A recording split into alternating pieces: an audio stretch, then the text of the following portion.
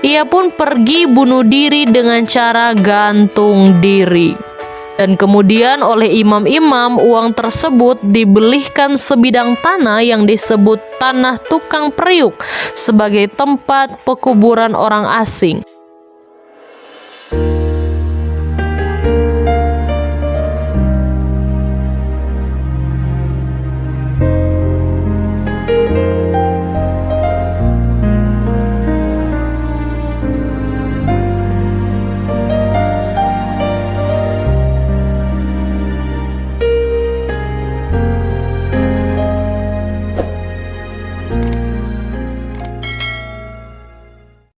Shalom, puji Tuhan, salam sejahtera dalam kasih Tuhan Yesus Kristus.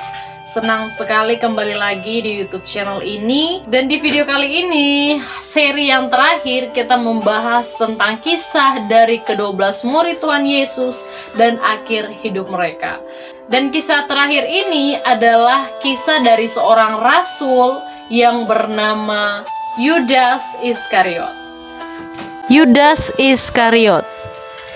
Yudas Iskariot ini adalah anak dari Simon Iskariot. Hal ini tercatat dalam Yohanes 6 ayatnya yang ke-71. Dia juga termasuk dari salah satu ke-12 murid Tuhan Yesus yang dipilih langsung oleh Tuhan Yesus. Yudas Iskariot ini pun ditugaskan oleh rekan-rekan sesama rasul untuk menjadi bendahara dalam pelayanan bersama dengan Yesus Kristus. Yudas Iskariot juga adalah salah satu dari 3 murid yang dikenal di kalangan orang Kristen maupun orang Islam. 2 murid lainnya adalah Yohanes dan juga Petrus. Akan tetapi Yudas Iskariot mempunyai stigma yang negatif. Di kalangan orang Kristen, nama Yudas Iskariot sudah tidak asing lagi. Dia dianggap sebagai pengkhianat karena telah menyerahkan Yesus Kristus kepada imam-imam kepala dengan harga 30 keping perak. Yudas Iskariot pun juga dikenal dengan ciumannya yang menipu.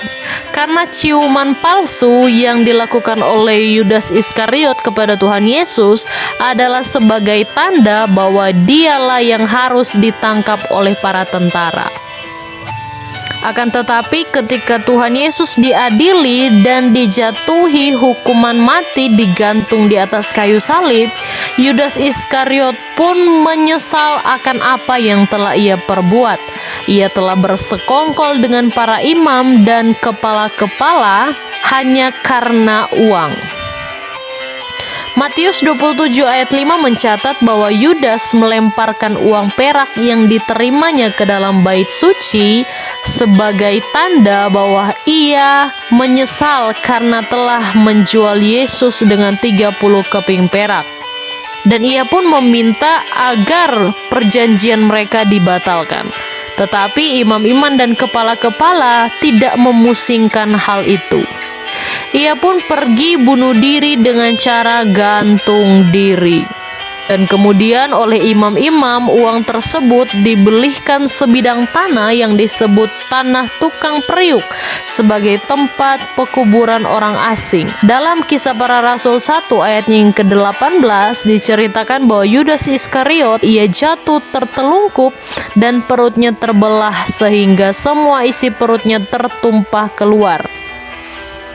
Dan para ahli pun berpendapat bahwa ketika Yudas menggantungkan dirinya di atas sebuah pohon, ia pun terjatuh dan akhirnya tertelungkup dan perutnya pun terurai. Yudas Iskariot ini pun menjadi cerita pertama seorang pendeta atau hamba Tuhan yang masuk ke dalam neraka. Mengapa ia dikatakan sebagai seorang hamba Tuhan pertama yang masuk ke dalam neraka? Karena ia, meskipun sudah menyesali perbuatannya, ia memilih untuk mengakhiri hidupnya sendiri tanpa melalui pertobatan dahulu.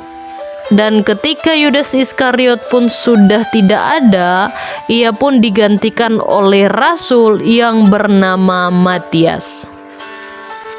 Puji Tuhan, itu dia kisah dari seorang Yudas Iskariot yang digantikan oleh Matias. Berakhir sudah serial kita dari ke-12 murid Tuhan Yesus dan akhir hidup mereka.